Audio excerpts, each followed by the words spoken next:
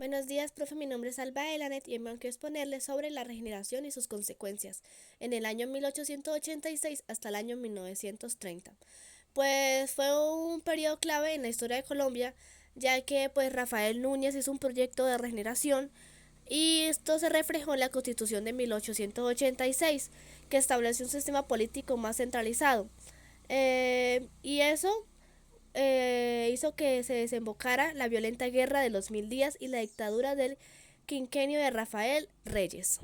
La Constitución de 1886, el centralismo, el poder presidencial, bueno, uno de los cambios estructurales fue de que se hizo de que el presidente fuese la figura central del sistema político.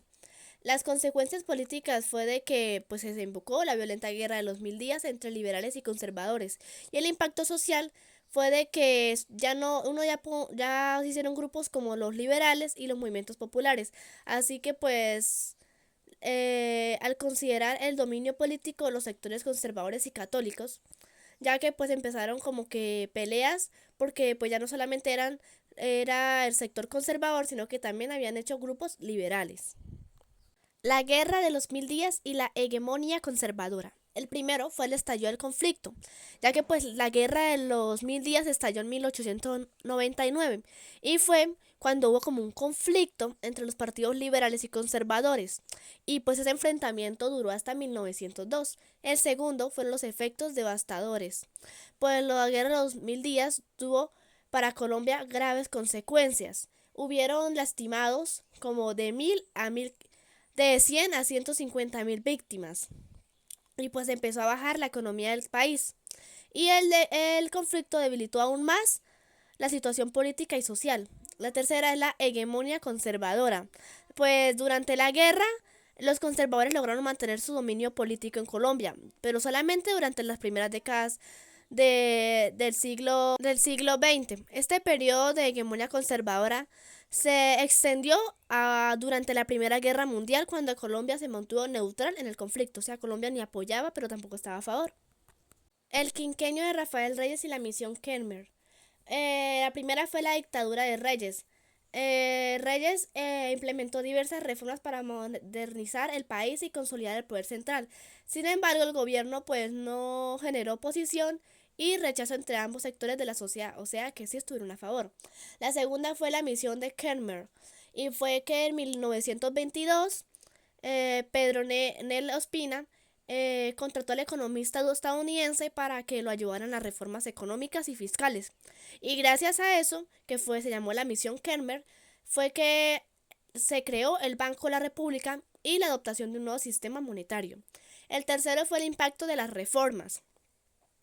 Las reformas tuvieron un importante impacto, sentando las bases para el desarrollo y la estabilidad del país en las décadas siguientes. La República Liberal y la Revolución en Marcha. Pues el gobierno de Olaya Herrera. Pues Olaya Herrera en 1930 se convirtió en el primer presidente liberal del siglo XX. Y pues su gobierno impulsó importantes reformas sociales y económicas, y pues marcó un cambio significativo en la dirección política del país.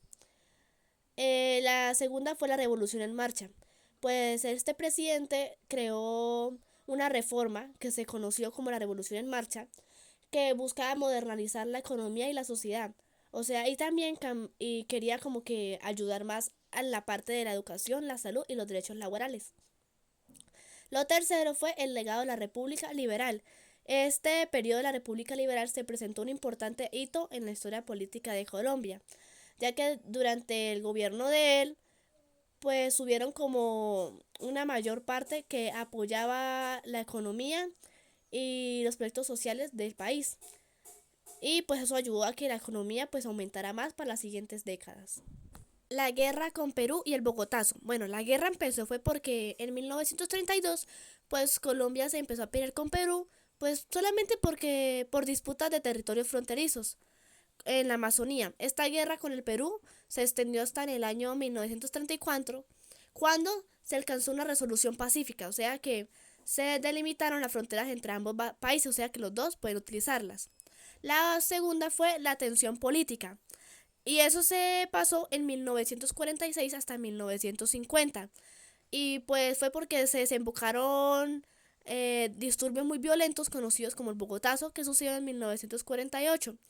Y todo eso pasó porque asesinaron a un líder liberal llamado Jorge Eliezer Gaitán. La tercera fue que la instabilidad y la violencia. Y eso pasó fue porque después del Bogotazo pues inició un periodo de gran inestabilidad y violencia en Colombia, que se conocería como la violencia. Un conflicto entre liberales y conservadores. Se extendería por más de una década con grandes consecuencias para el país. Colombia y la Segunda Guerra Mundial. Pues durante la primera guerra mundial, pues Colombia se mantuvo neutral. Y pues en la segunda ellos quisieron volver a repetir esa postura. Así que pues Colombia evitó involucrarse directamente con el conflicto. La otra es la amistad con Estados Unidos. Pues Colombia desarrolló una amistad con Estados Unidos. Ya especialmente empezaron a ser amigos en el año 1938 y 1942, que fue cuando estaba gobernando el presidente Eduardo Santos. Esta alianza se reflejó en políticas de modernización y en el apoyo estadounidense. La otra es la participación en Corea. Pues ahí sí, pues Colombia envió tropas para apoyar a las Naciones Unidas en el conflicto, demostrando su compromiso con el sistema internacional. La masacre de las bananeras y el legado de la regeneración. La masacre de las bananeras ocurrió en el año 1928 durante el gobierno de Miguel Abadia Méndez. El ejército reprimió violentamente una huelga de trabajadores de la Unit Free Company, dejando un saldo de decenas de víctimas. Este hecho marcó un punto de inflexión en las relaciones entre Estados Unidos y los trabajadores y la empresa extranjera.